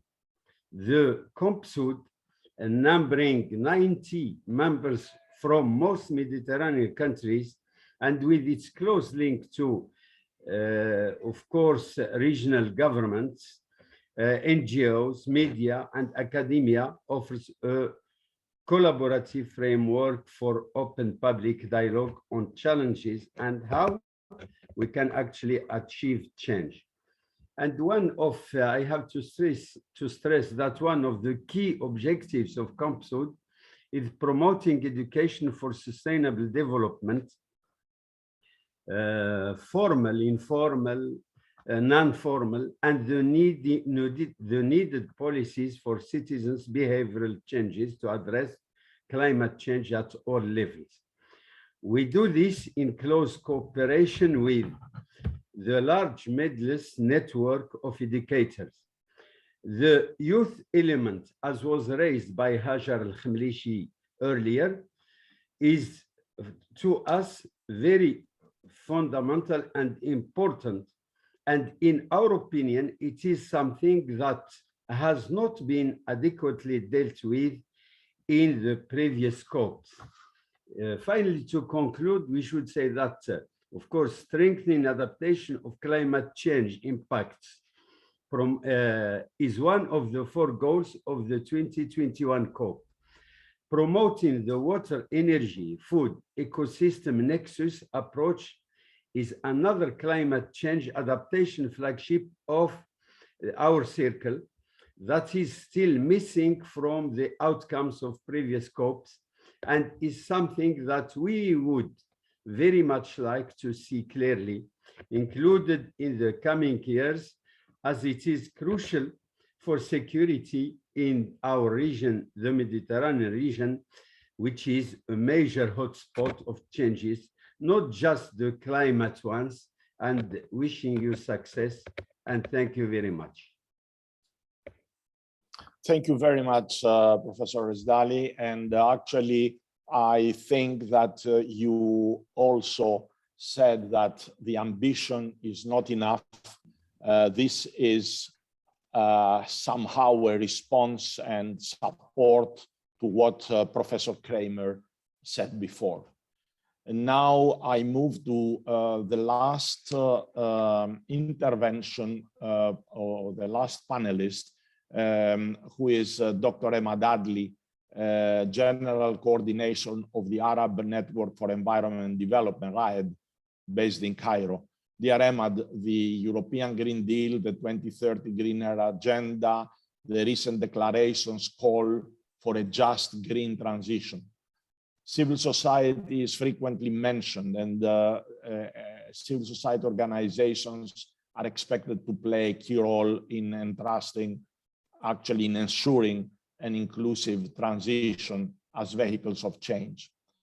What do you say? What are the main challenges for the civil society organizations that they face, particularly in the southern countries, in terms of their operations in delivering these tasks? We are aware of difficulties. Can they be overcome, and how? Thank you very much, Professor Skoulos, and thank you for the invitation, and also thank you for preparing for such a dialogue between leaders and also the different partners from the North and South in the Mediterranean. Your question, and also what we have heard from Mr. Kramer, they both helped me to prepare my intervention, and I know we have a very we are over time and we need to close shortly. But let me continue in Arabic because I want to join also Dr. Mahmoud Fathallah in his approach in speaking in Arabic. So at least we have two people who spoke in Arabic in the discussions. So forgive me for that. الحقيقة أنه عندما نتحدث عن دور المجتمع المدني فنحن نتحدث عن المجتمعات التي ستتضرر من موضوع التأثيرات السلبية للتغيرات المناخية. وعندما نتحدث مع المجتمعات بصفتنا شبكة زي رائد، مثل رائد الشبكة العربية للبيئة والتنمية، أو مثل شبكة MIO، دائما نجد أنفسنا في موقف حرج، لأنهم يسمعون ويرون ما تتحدث عنه المقالات والأخبار في الصحف والمجلات. وأنا ربما أكون بأعيد ما قاله السيد كريمر، ولكن في الحقيقة التحديات والمخاطر التي تواجهها هذه المجتمعات جراء التأثيرات السلبية للتغيرات المناخية ما زالت قائمة. وهذا يعني أننا نعاني أن ما زال هناك مشكلة، ويجب أن نضع، وأنا بتفق معك بروفيسور سكولوس، أنه يجب أن نكون متفائلون عندما نتحدث عن السياسات ونتحدث عن الاستراتيجيات، ولكن تفاؤلنا مع وجود السياسات وتفاؤلنا مع وجود الاستراتيجيات يجب أن يتحقق معه أيضا تفاؤل في التنفيذ، في الإمبلمنتيشن، لأنه بدون الإمبلمنتيشن، بدون التنفيذ، ستظل هذه العلامات من التفاؤل فقط عبارة عن أوراق أو حبر على ورق. وهنا تأتي مهمة المجتمع المدني. المجتمع المدني هو المساحة والتنظيم الذي يسمح بربط المجتمعات مع المؤسسات ومع السياسات القائمة. والحقيقة أننا نجحنا جدا عندما ننظر مثلا إلى ما يقوم به المجتمع المدني داخل التجمعات الإقليمية مثل UFM، الاتحاد من أجل المتوسط، أو في MCSD، Ministerial Commission on Sustainable Development، UNEP-MAP، جامعة الدول العربية، League of Arab States. ونجد أنه هناك مساحة يلعبها المجتمع المدني في الحوار، في النقاش، في دراسة ومفاهيم والسياسات التي يتم تصميمها على المستوى الإقليمي. عندما نأتي على المستوى الوطني والمستوى المحلي نجد أن هذا الدور يقل جدا، وبالتالي دورنا فيما يتعلق بالتنفيذ ودورنا فيما يتعلق بتفعيل دور المجتمعات في مواجهة القضية ما زال قائم. وكلنا نعلم أن المجتمع المدني يستطيع أن يكون جود ادفوكيت، يعني يكون مؤازر قوي، ممكن يكون كمان بيقدم خدمات، سيرفيس بروفايدر. احنا عندنا الاكسبرتس، عندنا الخبراء، استطعنا وعندنا تجارب كتير مع الاتحاد الاوروبي في تنفيذ برامج لبناء القدرات. عندنا القدرة على تمثيل المجتمعات ورفع صوتها والحديث عنها. عندنا قدرة على التنفيذ على أرض الواقع، وهناك مئات بل آلاف من المشروعات التي يقوم بها المجتمع المدني على أرض الواقع لمواجهة تحديات التغيرات المناخية، وبالذات في موضوع التكيف، لأنه هي دي المشكلة الكبيرة اللي هتواجه كل ما له علاقة بالأدابتيشن، بالتكيف، هو اللي المجتمع المدني ممكن يقوم به. عندنا كمان القدرة على المونيتورنج، على المتابعة والمراقبة، وأثبتنا كده من خلال أنشطتنا اللي قمنا بيها على مدى سنوات طويلة. الشبكة العربية للبيئة والتنمية رائد تعمل لأكثر من 30 عام، و MIO تقريبا نفس الفترة. إذن نعلم قدرات المجتمع المدني ومنظمات المجتمع المدني، ولكن للأسف لا يتم استخدامها. عشان ألخص من أجل تلخيص ما أقوله في الرد على سؤال حضرتك، أولا إن إحنا ما زلنا محتاجين لجود جوفرنانس، محتاجين لحوكمة جيدة تحدث على الأرض الواقع، على المستويات المحلية، على المستويات الوطنية، حتى يكون للمجتمع المدني دور حقيقي في تفعيل كل ما نتكلم عنه من تفاؤل في السياسات وفي الاستراتيجيات. محتاجين كمان ان احنا نبني قدرات المجتمع المدني، المنظمات الصغيرة، حتى تكون قادرة، لأن شبكاتنا ومنظماتنا لن تستطيع أن تصل لكل مكان، لكن محتاجين نبني قدراتهم عشان يكونوا موجودين. كمان لازم نكون واقعيين، وده الصوت اللي يجب أن يتم رفعه كمان من شمال المتوسط.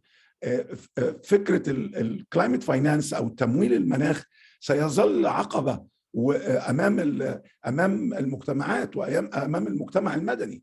يبقى محتاجين كمان تضافر الجهود بين الشمال والجنوب عشان يكون فعلا هناك تمويل حقيقي لبرامج وانشطه تتم بها مواجهه التحديات اللي بنواجهها. فعندما تسالني على كيفيه مواجهه هذه التحديات وازاي نتغلب على هذه العقبات، اقول لك تاني بعيد: good governance, capacity development and climate finance. محتاجين دولت يكونوا موجودين طبعا، إضافة للدور الكبير. وأنا سعيد إن كان اللي قبلي على طول سيادة النائب رجدالي الأخ العزيز. دور البرلمانات مهم جدا، وأنا يعني لا أحب أن أسأله هذا السؤال، ولكني أعلم أن عندما توضع الخطط أمام البرلمانات لا أجد من يقف فيهم ويقول أريد هذه الخطة أن تكون مراقبة ومراجعة من خبراء الكلايمت حتى نتأكد أنها فعلا تحقق الموازنات والخطط تتوافق مع التحديات الخاصة بالمناخ في منطقتنا. بشكل عام حاولت أغطي الرد على سؤال حضرتك بروفيسور سكولز. Thank you very much, Professor Schools. Thank you, Ahmad. Thank you very much, Mr. Adley. We are late. I don't want to conclude before giving the floor to Mrs. Louise Sarand, Middle East-based environment and science reporter and communication specialist in the International Center for Agricultural Research in Dry Areas. So we have this question and answer, and then I make the conclusions and close the meeting. So the floor is yours, Ms. Sarand.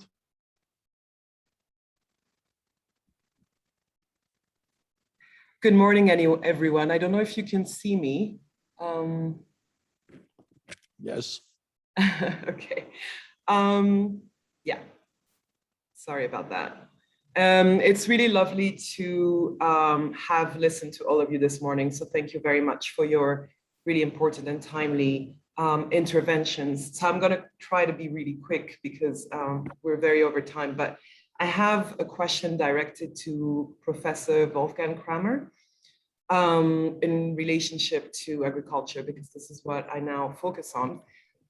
In the Mediterranean basin and across the Middle East, agriculture is both a major contributor of greenhouse gases, specifically methane and nitrogen dioxide, and a sector that also greatly suffers from climate change impacts, notably desertification, worsening water scarcity, skyrocketing temperatures, longer droughts, and fast degrading soils. So what are the basin-wide, but also country-based policies needed to help the agricultural sector improve its sustainability and profitability in the coming decades and become a net carbon sink? Thank you very much. You realize that your question requires a full hour of answers. So I know it is up to Professor Kramer to be able to summarize and give a few messages. Thank you for the question. It's a very important one. And I have to say that this question, I mean, on agriculture, on tourism, and the way in real influencing behavior are three areas where we are going to come back and have, with your support, and hopefully also with the support of Professor Kramer, some more detailed discussions, even with a differentiated audience. But thank you very much for the question. Thank you. Yes, thank you, Luis. It's a pleasure to get this opportunity and to really answer with just two major points. And indeed, if you want, we can go on for an hour and I can draw up some slides. But the 2 points I want to make is, the first one is that the adaptation needs will become insurmountable if we don't do a much better job on mitigation. That's the first thing that I think is often overlooked in our positive view, you know, that there are so many things we can do and so on. But if we do not adhere to the Paris Agreement's objectives, then we will have large difficulties in the agricultural sector, both to make it resilient and productive, and also to reduce its impact on climate change as a sector itself. That's the first one, and if you want, that's the dark part. The lighter part is that the agricultural sector is, of course, has flexibility and has means for adaptation that are not fully put to use. And there's really one buzzword. It may come across as a buzzword, but it is really a term for a whole package of adaptation actions and transformative actions in the agricultural sector that's important to keep in mind, and that's the word agroecology. Agroecology does not mean organic farming or anything like that, although organic farming can be a part of that. Agroecology means that the ecosystem that is at the basis of the farm is taken serious and is kept alive and is allowed to develop. This implies techniques that, for example, enhance carbon storage and or reduce the loss of carbon from soils, which has a lot of positive impacts on climate and on the actual productivity of the farm. And it, of course, means also that a reduction of meat production, not to zero, but to a much more sustainable level. I cannot go into details of it, but it is true. The positive message is that by a broad application of agroecological methods, the agricultural sector in the Mediterranean basin can become both resilient and much lower and reduce its impact on the climate. Thank you very much indeed, Professor Kramer. And unfortunately, I have to close the meeting with a half an hour delay, but it was, I believe, a unique opportunity to have in such a short, 2 hours, so many interventions and a commitment. I would like to say that it became clear, particularly at the end of the meeting, that still we need much more than what we have and what we pledge. However, I have to say that we have started late. In the Mediterranean, in some cases, we have not started yet, but we have signs of catching up. We have signs that the Mediterranean EU countries realize, under the pressure we are, the necessity to approach also the rest of the EU in showing that we are the first victims of that, but at the same time, showing a solidarity to the South. We need to move faster. Civil society is not yet fully aware of that. There is a gap in understanding, a gap in fully understanding the urgency, and we need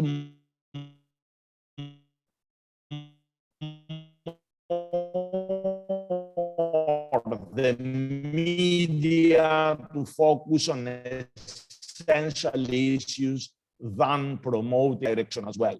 We need to do that through innovative projects and programs, including several of the projects and programs of the EU. My conclusion is that we are moving closer. We see initiatives going even beyond the Mediterranean towards the Middle East. We see that the Arab states, where we have the fact that a lot of their economy is linked with fossil fuels, is also moving. And we hope, we keep fingers crossed, and we commit that we continue our work as an organization, as civil society, as a catalyst, together with the parliamentarians, together with the educators, and together with the scientific and academic community, to raise awareness and press on decision makers for the best response, because in front of us we have something, an unprecedented challenge, and we have, with optimism, to find the way to fight in an effective way. Thank you so much, all of you. Thank you extremely. You have contributed, all of you, in the best possible way, and we will continue with your support our common efforts for a better future for ourselves, our children and grandchildren, for the Mediterranean and the world. Thank you very much indeed. I would like to thank our interpreters. I would like to thank the guest editor of this edition, which was a catalyst, Mrs. Vanya Walker-Lee, and my assistant, Haris Palioyannis, and all our staff and all the people who have put a lot of effort for having this event under the conditions of COVID. Thanks a lot. Thank you. Thank you. Thanks to Haris as well. Thanks to Haris for the very good work done to prepare for this. And thank you. Thank you all. Thank you all, our esteemed panelists. You did a fantastic job. So good luck for the next. Thanks a lot, Dr. Adli. Let me thank particularly Her Excellency from Slovenia that stayed with us for all the meeting.